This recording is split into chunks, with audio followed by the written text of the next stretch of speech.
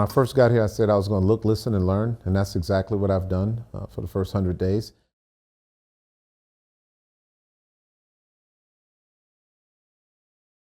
Well, how would you rate your first 100 days from 1 to 10?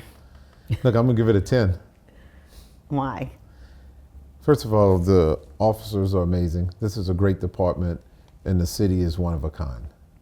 You said you were going to take your time and kind of learn the department before making any major changes. How has that gone?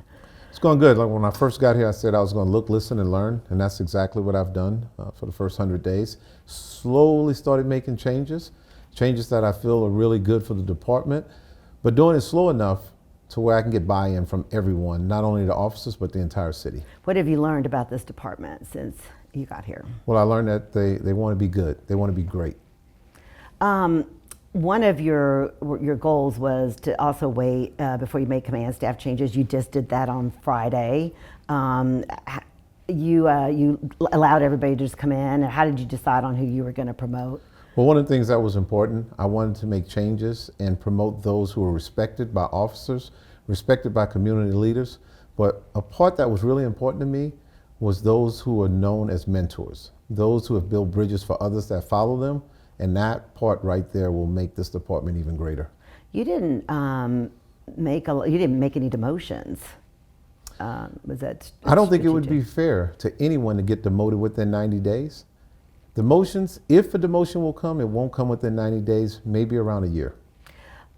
You also had a goal of trying to fix internal affairs, and you moved pretty quickly. I think in your first few days, you fired quite a few people.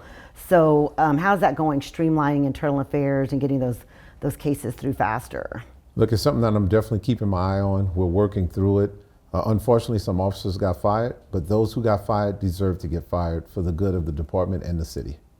Recruitment, that was also a big goal. How's that going? Look, recruitment, we're doing a great job on recruiting. We're more focus driven, making sure we recruit in the right areas, and it's shown by the numbers. The numbers are going up. Currently, we have 258 additions, and the academy is full. Do you think you'll make it to that 300 a year that you're going to need to hire that be over attrition, and also to try to meet those goals that were set out by Dallas Hero? Just making it would be a success, but we're going to shatter that number. Do you have enough equipment, people, trainers right now? What are you doing about field trainers when you bring that many people into the department? Look, we're looking at that closely right now, but we're going to put ourselves in a position to succeed. You said you were going to continue the crime plan. Did you? I haven't at least noticed any major changes to the crime plan. And I know you had that one operation. You arrested quite a few people. What other? Are you tweaking the crime plan in any way? Look, we're keeping the entire crime plan. We're just adding to it. We're building to it. We're going after like the Operation Justice Trail, where so far we've arrested over 275 individuals that have felony warrants. We're going to continue that, and we're adding to it. So here in August, we're adding another piece to that I know the entire city is going to be really happy with, and we'll announce what we've done through August and September, and I guarantee you everyone in the city is going to be happy. Okay, well, yeah, I got to ask. what is it? No, see, that was the chief's teaser there. See, I you told me you were going to make some do big to changes. me. Yeah. I teased it.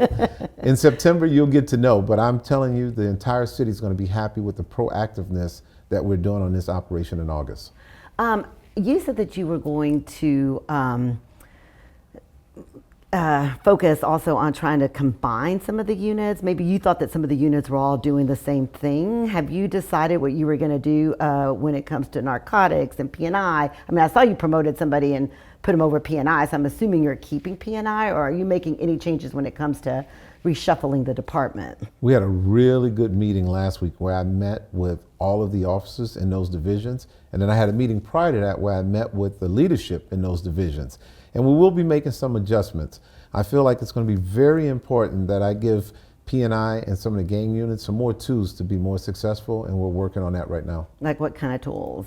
Well, I need them to be able to work with confidential sources. And historically here in Dallas, those units haven't been able to freely work with confidential sources, but it's something that we need to do to make them even greater than they are. Does that come from your DEA background? Well, I have had over 30 years of experience in narcotics. Yeah, so are you making changes to narcotics or how? Because I know that one of the important things has always been the street squads, which for a while have sort of not been as strong. Look, our narcotics unit is going to be robust. If you're selling drugs in the city of Dallas, you're going to know about us. How's the violent crime rate looking? Look, we're down 49 murders right now. It's pretty impressive. And what do you attribute that to? Well, look, we're getting these violent felons off the street. We're being proactive about that, and the crime plan that's in place is really good. What is it that you want to accomplish in the next 100 days? Being great. I want us to be known as the #1 police department in the United States, and we're working towards that. Yeah, how do you do that? What else can you do to build on that? Look, it works so much with inspiration, morale, motivating, and empowering the officers that are here. We're going to get there. One of the big sticky issues for police departments across the country is immigration. How is that going with working with the federal partners? Have y'all been asked at all at this point to participate in any kind of ICE operations? Look, as always, we're going to cooperate. We're going to assist our federal partners when needed, and when asked to do anything legally, we'll be there to support them. And how do you reassure the immigrant community that right now is quite fearful of what's happening across the country? Look, right now, Dallas has been great. No operations from Dallas PD has occurred, and we're going to continue down that trail. And so if people seeing what's happening in other parts of the country and they're here maybe undocumented, should they feel comfortable calling the Dallas Police Department for help? If anyone needs help, the Dallas Police Department is here to help. Okay, so what else as far as your units? And I know one of the biggest areas where crime was up a little bit is going to be property crimes. And I think people sometimes get frustrated with the property crimes because I know the focus has always been on violent crimes. What are you doing when it comes to dealing with those? Look, we're working on property crimes, and another area that we're really doing good at is robberies for businesses. We established a task force there, and I think we're going to start seeing a trend where that's going to go down, and all that relates to property crimes also, because a lot of times these robberies of business goes to property crimes. They relate, they kind of go hand in hand. Why do you think robberies of businesses had been up for a while? Well, look, crooks look for targeted opportunities. And one of the things that we're doing through the education and awareness piece is making sure our businesses are doing the right things to deter these crooks from going there, and that makes it safer for everyone. I have to go back to recruitment. What are you guys doing? Are you recruiting across the country? Are you focusing more on this area? Are you going into the high schools? I mean, you did have to change the standards somewhat in order to meet the higher numbers. Now, the standards, we're only going to get the very best. The standards will not lower the officers that we're recruiting, but what we've done is we've taken a deep dive to see who's already police officers, what's the background, where did they come from, and we're focusing on those areas, and I think that's why we're seeing an increase in numbers. I think that there is concern when you hear you don't require college hours anymore and you only need 3 years of work experience, that maybe you're not getting the quality of officer that you got in the past. Is it just as stringent when you're coming through the review board and the interview boards and all of that? Or how are you going to get to that number and still make sure that the quality of officer that you're recruiting is a good officer? Our standards of the academy will not change. If you can't pass the academy, you will not wear this badge. So the quality of officer is going to be there 100%, just like it was in the past. You will have probably a younger force though, and typically that comes with a little bit more disciplinary issues. Well, a younger force is good as far as I'm concerned. I started when I was 21 years old. And if we can get those to start at a younger age and make this a career, just think on the back end how much experience you're going to have to be able to teach those younger officers. We were waiting for recruit, but you've got some numbers down here. What am I missing that I haven't asked you about? So one of the things when I got here and I'd go out to the communities, I was always asked about traffic enforcement. And we started Operation Slowdown. And I want everyone in Dallas to know that I was listening, I was looking, and I learned from the community, and they wanted traffic enforcement. And as of today, we've written over 2,800 citations for traffic violations. And we're going to continue that. And also next month, once the school starts, we will have an Operation Safe Kids to make sure that no one's speeding through the school zone. So everyone should take this as a warning. Do not speed through school zones. We want to keep our kids safe. Yeah, because the traffic fatalities were way up in some areas. And I know there was a lot of concern about people even in the downtown area speeding. Where is your traffic enforcement focused at this point? Well, we actually went to the city council and we got locations from them that the residents of Dallas was concerned with. And they did a poll. They got certain areas that the residents were concerned with, and we made that a focus point.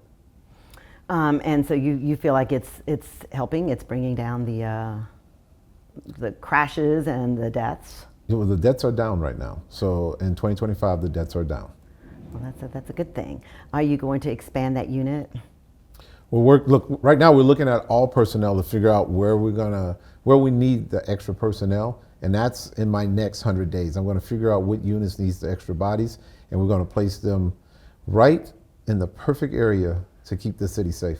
Are there areas that you're going to have to pull from in order to keep enough officers in patrol and field trainers? I know that that's always been the big concern when you're bringing in more recruits. You need more field trainers. If you don't have enough field trainers, you got to get them from somewhere. So what are you going to do to address that issue? Well, we're looking at everything right now. And the thing is, our response times are going down. So if we continue to work more efficiently and do the right things, we'll survive.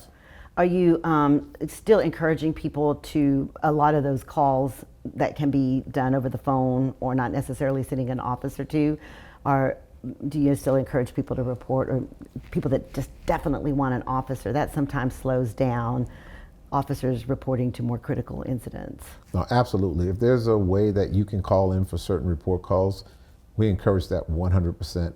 We see the younger community that will absolutely rather call in than see an officer, but someone like me, I'd rather see a body. And those who need to see a body, we'll still send a body out there, we'll send an officer out there. But anything that we could utilize over the phone, that'd be great.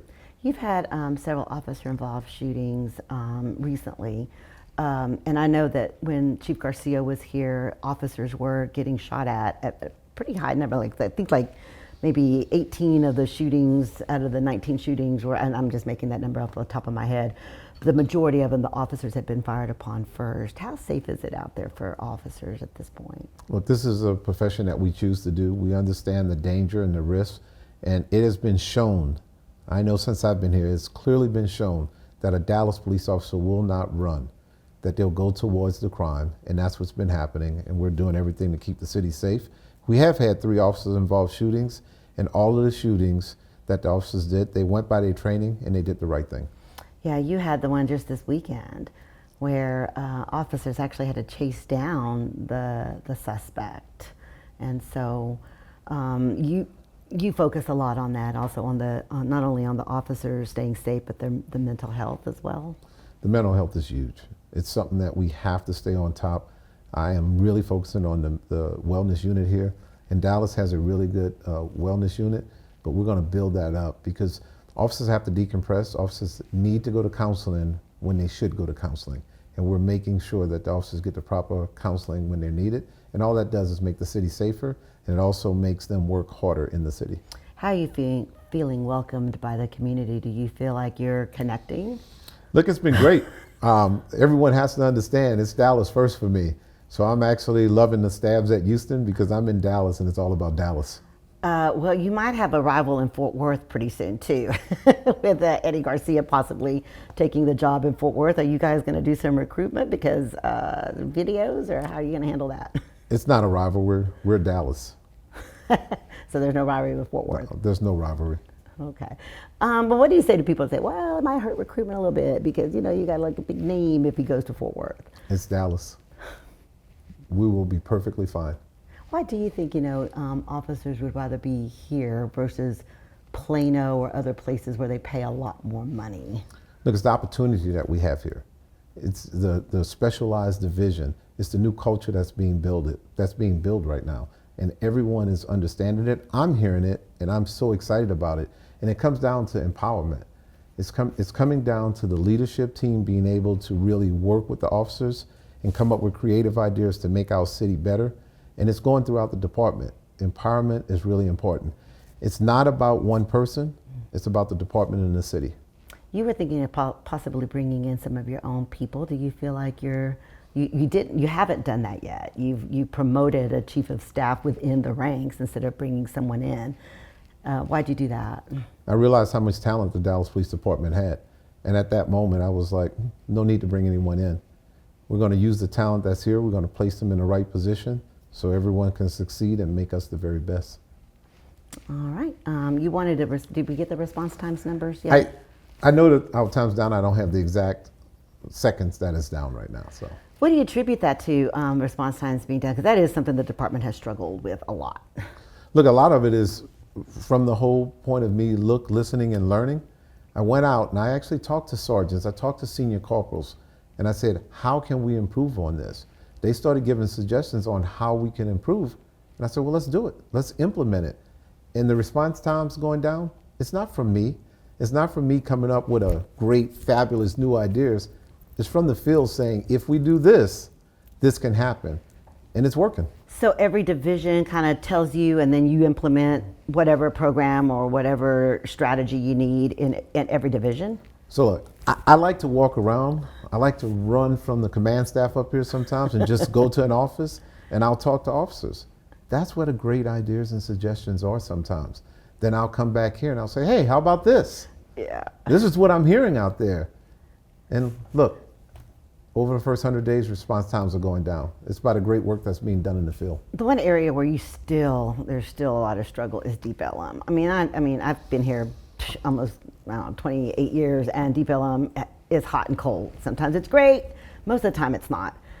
It's almost impossible, really, I feel at times, to address all the issues without putting the entire force down in Deep Ellum. What are y'all going to do about Deep Ellum? Well, I was there Friday. I walked around Deep Ellum, watched, talked to some businesses, and talked to a lot of officers out there. And I think we'll start seeing a change out there. Matter of fact, this weekend we wrote over 225 citations in Deep Ellum, and we arrested 2 for DWI. What type of citations are y'all writing out there? We're doing a heavy traffic enforcement in Deep Ellum right now to make sure that everyone's safe. You know, one of the things, when you had the person, it was an officer involved shooting when you guys ended up with the individual that had the weapon and his friend had been killed. And there was a lot of concern from those families about the violence and people just not feeling comfortable going down there. They're just, every time I look at social media, there's some fight, a lot of aggression, and some of it happens to be from certain businesses. Are you guys trying to work with the council to maybe push some of the bad actors and businesses out of Deep Ellum? Look, it's not just enforcement. It's the education awareness piece. It's also city code. We're going to work with every area that we can work in to kind of turn Deep Ellum. Because I guess at the end of the day, it can't just be police. I mean, some of that is just the responsibility of the people that are out there, the businesses and the people that live out there, to also take back Deep Ellum, don't you think? Absolutely. That's why we have to work as one. We all have to work as one to make Deep Ellum safe. Yeah, what did you think when you were out there, when you saw what was happening? How late were you out there? Because that's, I won't go out there. I was out there, I got there at about 11 o'clock and I hung out until right before it closed. So I got a few suggestions. We have a few things in the mind, and I'm going to talk to the command staff. But more importantly, I'm going to talk to those officers that's working out there, and we're coming up with a really good plan in Deep Ellum. Because right now you're still having to pull officers from every division to go over there, aren't you, on a nightly basis or at least on the weekends? And we're doing that to make sure that everyone's safe throughout the city. So if we can take care of crime in Deep Ellum, it also takes care of crime throughout the entire city. Just like the units that were able to get some DWI arrests leaving Deep Ellum. Those are going to drive somewhere in the city, and they could possibly cause an accident or a crash or take someone's life. So us focusing on one area really takes care of the whole city. And one fact, because you were looking at Operation Clean Lakes, how's that going? Because you guys pulled out all those vehicles. Are you still doing that? Are you still focused? Look, we're going to randomly do that. We're going to go to various lakes, pull cars out, and see what leads come from that. But if nothing else, we're taking care of these lakes. We're going to make them cleaner. We're pulling the cars out, and it could just be a stolen car, but now someone knows where their car was.